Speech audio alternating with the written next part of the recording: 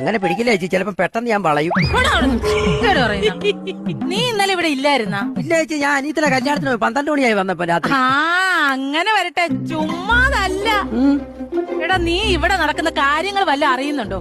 ഇങ്ങനെ പെണ്ണുമ്പിള്ളയുടെ മോന്തക്കിട്ട് നോക്കി ഇരുന്നോ, അതുകൊണ്ടാ ഒന്നും അറിയാത്തത്. ചേച്ചി അവളൊരു പാവം ചേച്ചി. പിന്നെ പാവം നീയേ അവക്കിട്ട് നോക്കി ഇരിക്കുന്ന നേരത്തെ ഈ പറമ്പിലൊക്കെ ഒന്ന് ഇറങ്ങി നടക്കണം, അപ്പോഴേ ഓരോന്ന് കാണത്തുള്ളൂ. ചേച്ചി എന്തോ ഉദ്ദേശിക്കുന്നത്? എന്തുവാ ഉദ്ദേശിക്കുന്നേന്നാ? നീ വാ കാണിച്ചു തരാം. എന്താ ചേച്ചി? ഇങ്ങോട്ടൊന്ന് നോക്കടാ. അത് എടാ സുരേന്ദ്ര, ഇത് ആരുടെ ചെരുപ്പ്? ഇത് എന്റെ അരിപ്പൊന്നും അല്ലത്. അതുകൊണ്ടാണ് ഞാൻ ചോദിച്ചത് ഇത് ആരുടെ ചെരുപ്പെന്ന്. എന്റെ പട്ടി വല്ലതും കടിച്ചോണ്ട് വന്നതായിരിക്കും. പിന്നെ പട്ടിക്ക് ചെരുപ്പ് കടയിലല്ലേ ജോലി, ജോലിയായിട്ട് കടിച്ചോണ്ട് തരാനായിട്ട്. നിങ്ങളുടെ ചേട്ടനെ കാണുമായിരിക്കും. എന്റെ ചേട്ടൻ ഇങ്ങനത്തെ ചെരുപ്പൊന്നുമില്ല, അതുകൊണ്ടാണ് ഞാൻ പറഞ്ഞത് ഈ ചെരുപ്പിന്റെ ഉടമ ആരാന്ന്. ചേച്ചി നിങ്ങൾ ആവശ്യമില്ലാത്ത ഓരോന്നും വന്ന് പറയുന്നതുകൊണ്ടാണ് ഞാൻ ഇവിടെ ഇല്ലാത്ത ലഹളം ഉണ്ടാക്കുന്ന, അറിയാവോ? എടാ പറയുന്നതിനാണോ കുഴപ്പം? നീ ഇങ്ങനെ ഒരു മണകൊണാഞ്ചനായി പോയല്ല. എന്റെ സുരേന്ദ്ര നീ നോക്കിക്കോ, ഇപ്പൊ അവിടുന്ന് ചെരുപ്പ് കിട്ടി, നാളെ ഇവിടുന്ന് ഷർട്ട് കിട്ടും, മറ്റൊന്ന് അകത്തുനിന്ന് ആളെ കിട്ടും. സുരേന്ദ്ര ഞാൻ പറയാനുള്ള പറഞ്ഞു, സൂക്ഷിച്ചാ ദുഃഖിക്കണ്ട. ചേച്ചി അത് പിന്നെ നീ എന്നാന്ന് വെച്ചാ ചെയ്യോ, ഞാൻ പറയാനുള്ള പറഞ്ഞു. എന്തൊരാശ്വാസം. ചേച്ചി പറഞ്ഞതിനകത്തും കാര്യമുണ്ട്. കാരണം എന്നെക്കാളും 20 വയസ്സിന് എളുപ്പമാണ് അവള്. മനസ്സൊന്ന് ചഞ്ചരിക്കില്ലേ? നിങ്ങളുടെ മോനില്ലേ നമ്മുടെ കൊടംപുള്ളി രമേശ്, അവന് ഞാനൊരു പെണ്ണിന്റെ ആലോചനയായിട്ടാ വന്നേക്കുന്നത്. അടിപൊളി കിളി പോലത്തെ ഒരു പെണ്ണിനെയാണ്. എങ്ങനത്തെ പെണ്ണ്? കിളി പോലത്തെ ഒരു പെണ്ണ്. എടാ കിളി പോലത്തെ പെണ്ണ് വേണ്ടടാ. എന്താ പാവ എന്റെ രമേശൻ രാത്രി മൂത്രമൊഴിക്കാൻ വേണ്ടി വാതിൽ ഉറക്കുമ്പം കിളിയാണം പറന്നു പോയാ രമേശൻ പിറ്റുന്ന ഇവിടെ കിളിയില്ലാതെ പറന്നു നടക്കണം, ഞാൻ കാണേണ്ടി വരും. അതുകൊണ്ട് കിളി പോലത്തെ ഒരു പെണ്ണ് വേണ്ട. കേട്ടതേ, നമ്മളേതായാലും പെണ്ണിനെ കണ്ട് ഇഷ്ടപ്പെട്ട് കഴിഞ്ഞാൽ അവര് ചോദിക്കാൻ സാധ്യതയുള്ള ഒരു ചോദ്യമാണ്, ഈ ചെറുക്കൻ എന്തുണ്ട് ആസ്തി? എന്തൊരു സുധാകര, നീ ഇത് എന്തൊരു സംസാരിക്കണം നീ? അപ്പുറത്തും ഇപ്പുറത്തൊക്കെ ഓരോ രക്ഷകർത്താക്കളുണ്ട്, മക്കളെ ഇങ്ങനെ പെറ്റുകൂട്ടിയിട്ടിട്ട് ഒരു സമ്പാദ്യം ഉണ്ടാക്കി കൊടുക്കൂല.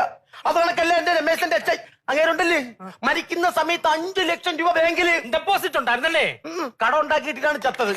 അങ്ങനെയെങ്കിലും അവനൊരു ഉത്തരവാദിത്വം ഉണ്ടാവണമല്ലോ. പിന്നെ വേറൊരു കാര്യം, നീ കൊണ്ടുവരുന്ന കിളിയുടെ കയ്യിൽ കിടക്കുന്ന വള, കമ്മല്, കൊലുസ് ഇതൊക്കെ വിറ്റിട്ട് വേണം എന്റെ മോന്റെ കടം തീർക്കാൻ. ഞാൻ കൊണ്ടുവരുന്ന പെണ്ണ് ഞാൻ കൊണ്ടുവരുന്നത് കൊണ്ട് പറയുമല്ല, നല്ല പെണ്ണായിരുന്നു, നല്ല തങ്കപ്പെട്ട സ്വഭാവം. എങ്ങനെ തങ്കപ്പെട്ട പെണ്ണായാലും കുഴപ്പമില്ല സുധാകര, എന്നെ പോലെ നല്ല സൗന്ദര്യത്തിലും ആഢ്യത്തിലും കട്ടയ്ക്ക് നിൽക്കുന്ന ഒരു പെണ്ണായിരിക്കും. അപ്പൊ നിങ്ങൾക്ക് ഒരു മരുമോളെ അല്ല വേണ്ടത്, പിന്നെ കട്ടപ്പണിക്ക് പോകുന്ന പെണ്ണിനെയാണ്. അതെ, ഒന്നുകൂടെ പറഞ്ഞോട്ടെ, ആ പെങ്കൊച്ച് ഇവിടെ വന്ന് കേറുമ്പോ ഗൗരിയമ്മയുടെ ആ പഴയ സ്വഭാവം ഒന്നും അപ്പുറത്തും ഇപ്പുറത്തൊക്കെ ഒരേ മരുമക്കളെ ഒരേ അമ്മായിയമ്മ ചെയ്തു കൂട്ടുന്ന പാടുകൾ കാണണം. അങ്ങനെയൊന്നും ഈ ഗൗരിയമ്മ കാണിക്കത്തില്ല. മരുമോൾ വന്ന് കയറി തുറന്ന് പുറപ്പെടുത്തു കൊടുത്തിട്ട് നാളെ തന്നെ തൂക്കടി എന്ന് ഞാൻ പറയത്തില്ല. അതാണ് തറവാടിത്തം. തറവാടിത്തമാണത്. തറവാടിത്തം കൊണ്ടല്ലടാ, കല്യാണം കഴിച്ചിട്ട് പന്തലും കസേരയൊക്കെ അവിടെ ഉണ്ട്, അതിന്റെ ഇടയിൽ അവൾ എവിടെ ഇട്ട് തൂക്കാൻ, അതിന്റെ പിറ്റേന്ന് ഞാൻ കുറച്ച് ചൂലെടുത്ത് കൊടുക്കും. എന്റെ മോനായതുകൊണ്ട് ഞാൻ പറയല്ലടാ. വേറെ വല്ലവരുടെ മോനാ ഞാൻ പറഞ്ഞൊക്കെ തള്ളിയ തന്നെ. അതല്ലെന്ന്, അവൻ കൊണ്ടുവരുന്ന പെണ്ണ് അവനെ നോക്കുന്നത് പോലെ എന്നെ നല്ലതുപോലെ നോക്കണം.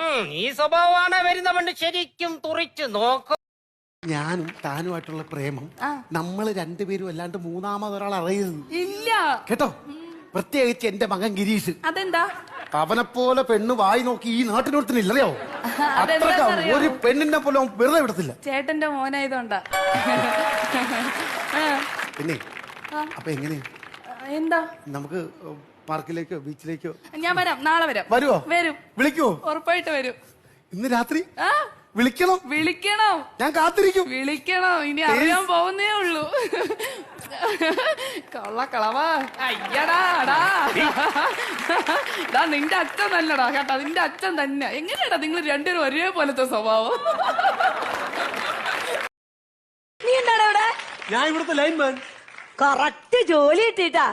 10ാം ക്ലാസ് പഠിക്കുമ്പോ എത്ര ലൈൻ ഉണ്ടായതായി? അല്ല നീ എന്തിനാ ഇവിടെ വന്നേ? ഞാൻ മരം മുറിച്ച് റെഡിയാക്കാൻ. ഇതിപ്പോ വിട്ടോ? പറ്റും. അതിപ്പോ എങ്ങനെ വിട്ടാ? എടി ഇത് KSEB-കാർക്ക് ടെക്നിക് ഉണ്ട്.